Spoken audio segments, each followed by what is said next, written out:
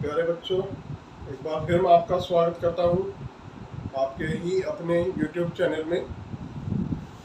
और जैसा कि हमने लास्ट जो काम किया था, जो हमारा सेंटेंस था फ्यूचर परफेक्ट, वो आज हमारे इसी कड़ी में नया जो सेंटेंस है फ्यूचर परफेक्ट कंटिन्यूअस। और आज हमारे टेंस पूरे हो जाएंगे और यानी कि नेक्स्ट जो वीडियो आएगी, कल जो हम वीडियो बनाएंगे, वो नया टॉपिक एक स्टेप हमारा पूरा हो जाएगा। आज पूरा एक स्टेप हो जाएगा और जो कल से हम नया स्टेप पे पैर रख देंगे और नया सीखेंगे। सारा काम करने से पहले फिर मैं आपको याद दिलाना चाहता हूँ कि हम जब पूरा करेंगे, जब हम पूरा शुरू से सही सारी चीज़ें सीखते चले जाएंगे, तभी हमसे नेक्स्ट चीज़ें आएंगी। ये नहीं है कि कहीं से भी देख लें हम और कहीं से भी हमारे से आना शुरू हो जाएगा, ऐसा नहीं। तो चलते हैं, शुरू करते हैं। आइए, फ्यूचर परफेक्ट कंटिन्यूअस, इसकी पहचान होगी। क्या पहचान?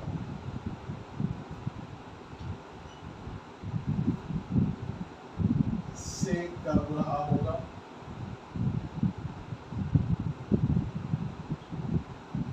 से कर रही होगी,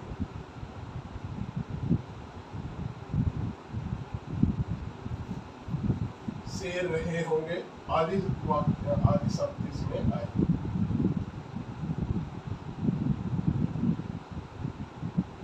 याद रखेंगे हम, जैसे आई और बी के साथ shall have,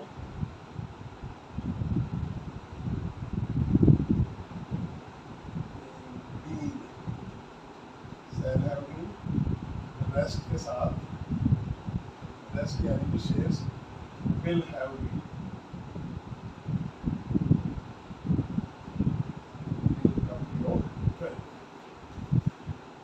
पहले ही समझा चुका हूँ, जो बहुत अच्छे से पास्ट पहले प्रेजेंट परफेक्ट में सिखाया था और परफेक्ट कंटिन्यूअस में, फिर पास्ट परफेक्ट कंटिन्यूअस में सिखाया कि से जो होता है वो आपका टाइम होता है, समय होता है। और समय दो प्रकार का होता है, एक निश्चित और दूसरा अनिश्चित। निश्चित के लिए आप सिंस का प्रयोग करते हैं और अनिश्चित के लिए फॉर का प्रयोग करते हैं। आपको याद ही होगा, एक पूरी टेबल मैंने करके सिखाई थी पिछली वीडियो में, आप ध्यान दे लें और उसे सीखें। तो अब हम इसका फॉर्मेट बनाएंगे अफर्मेटिव का।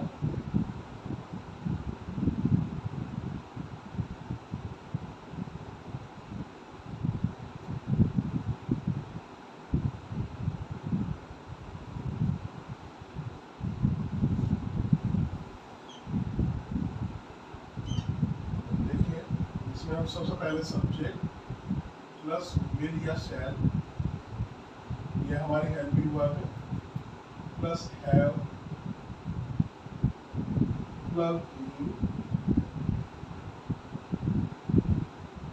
वर्ब की फर्स्ट फॉर्म में आईएनजी, ऑब्जेक्ट, कॉम्प्लीमेंट और सिंस या फॉर। सिंस या फॉर याद रखेंगे। ये हम कॉम्प्लीमेंट से पहले भी लगा सकते हैं, उसमें कोई दिक्कत वाली बात नहीं। कैसे? आइए सेंटेंस बना के देखते हैं। राम कल 2 घंटे से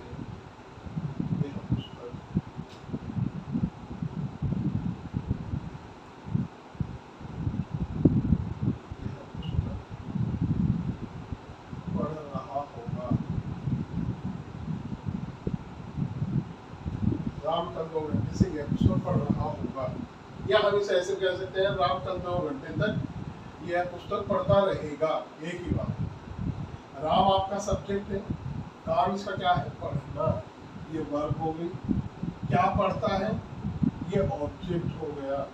ऑब्जेक्ट और वर्ब में बहुत घनिष्ठ संबंध होता है। ये 2 घंटे ये आपका टाइम हो गया और ये आपका कॉम्प्लीमेंट हो गया। बस इसे फॉर्मेट में रख दें। मैं रोज यही कहता हूँ, फॉर्मेट पे जरूर ध्यान दें।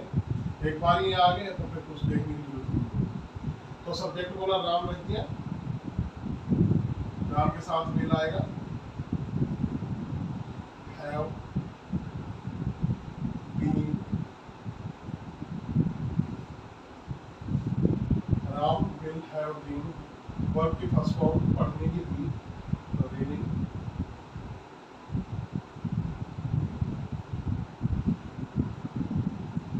ऑब्जेक्ट आपका यह पुस्तक, दिस बुक,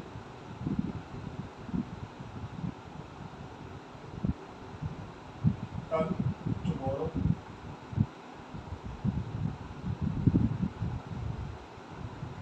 और फॉर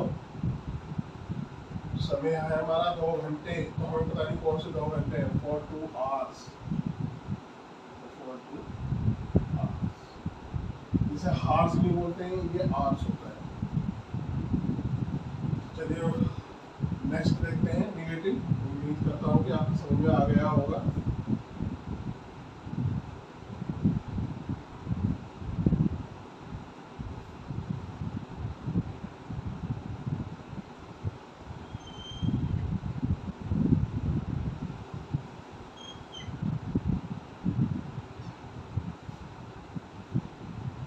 निगेटिव में आप सब्जेक्ट प्लस विल या शैल,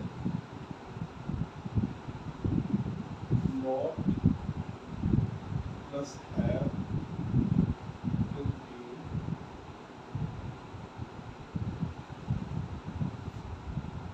वर्ब की फर्स्ट फॉर्म में आईएनजी, ऑब्जेक्ट, कॉम्प्लीमेंट और सिंसियर फॉर्म। इसका भी बना कर देख लेते हैं।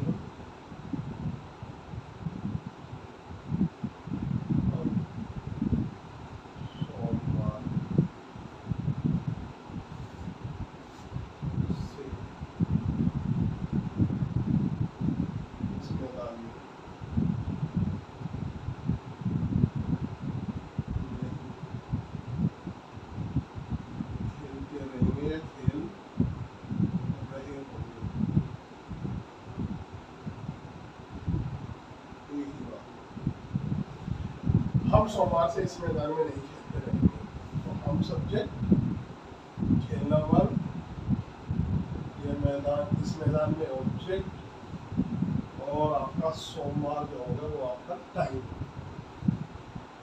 तो सब्जेक्ट ले लिया हमने बी, बी के साथ शैल आएगा,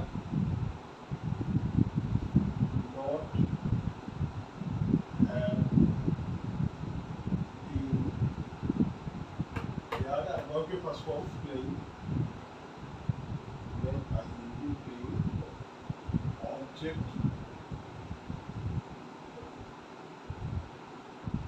in this ground the field. अब टाइम आ गया आपका सोमवार से, तो हमने पता है जो भी नाम है चाहे वो किसी का भी हो, तो दिन का नाम है, तो ये हो गया आपका निश्चित टाइम, सिंस मंडे, और मंडे का हम बड़े से बनाएंगे क्योंकि नाम है, फुल स्टॉप। अब मैं जहाँ तक समझता हूँ आपकी समझ में ये भी आ गया होगा। इंटरोगेटिव देखते हैं।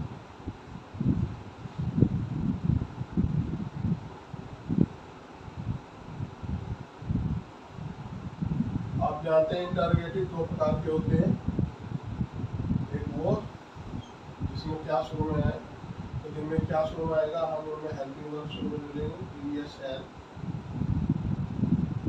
प्लस सब्जेक्ट, थोड़ी तबीयत खराब है इसलिए आवाज़ थोड़ी सी,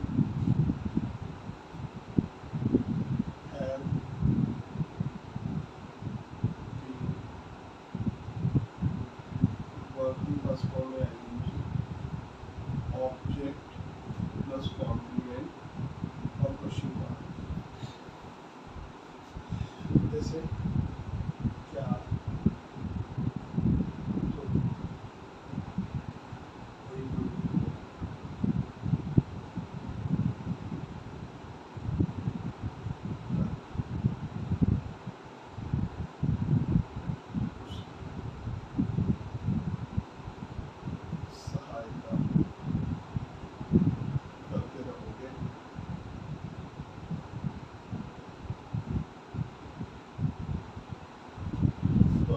सब्जेक्ट, सहायता करना वर्ब है, उसकी ऑब्जेक्ट है, ये आपका टाइम है। तो यू के हिसाब से विल सेल में से विल आ जाएगा आपका। विल यू नॉट नहीं है, छोड़िए, हैव विल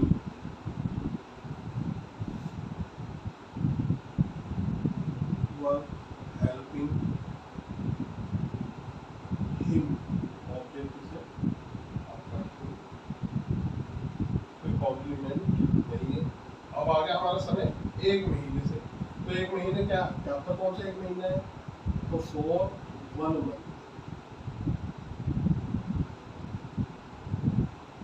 और क्वेश्चन WWH ऐसे ही आ जाएंगे,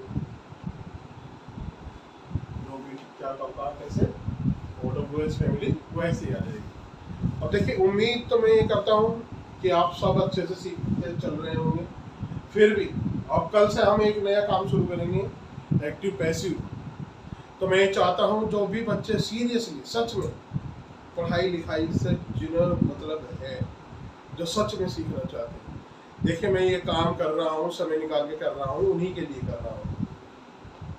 तो इसमें हम क्या करेंगे कि आज भी हम सब चीज़ें पीछे से पहले सीख लें और यहाँ तक हम क्लियर होंगे, और कल से हम नया काम शुरू करेंगे। और इसी के साथ मैं आपसे अभी विदा नहीं लूँगा। एक मैं भूल गया था, एक इंटरेस्टिंग फैक्ट फिर से बताना है आपको इंग्लिश के बारे में। बहुत सारी चीज़ें हैं इंग्लिश के बारे में, वो धीरे धीरे करके बताता रहूँगा। अब एक शब्द होता है, वो शब्द होता है ओके। इसके बारे में सब जानते हैं। ओके, ओके शब्द है क्या, और सबसे ज्यादा यूज करते हैं लोग ओके ओके ओके, जहां देखो ठीक है भाई ओके ओके। और सही मायने में ये ओके जो शब्द है कहाँ से आया, कैसे आया, ये वैसे तो ये गलत है सब, लेकिन अब देखिए जो गलत है वही ठीक है। ओके का मतलब हम समझते हैं ठीक है। अब होता क्या है, इसके बारे में बहुत अच्छी कहानी है कि 1839 में जो था कि एक अखबार था, उस अखबार ने गलत स्पेलिंग छापी थी। होना ये था है ऑल करेक्ट। लेकिन उस 1839 में वो जो न्यूज़पेपर था,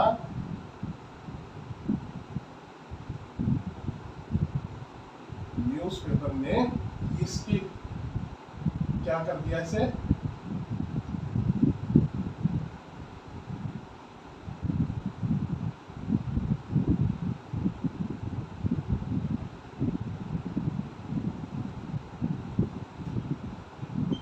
ये कर दिया ऑल करेक्ट।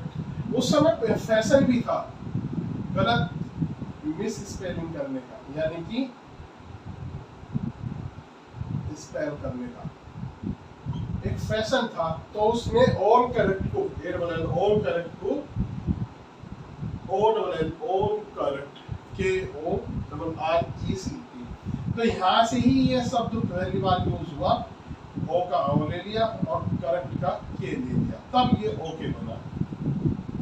तो उम्मीद है ये जानकारी आपको बहुत अच्छी लगी होगी, और फिर आऊँगा, फिर से लाएंगे एक नई रोचक इंटरेस्टिंग स्टोरी के साथ, एक ऐसे फैक्ट के साथ जो आपको पसंद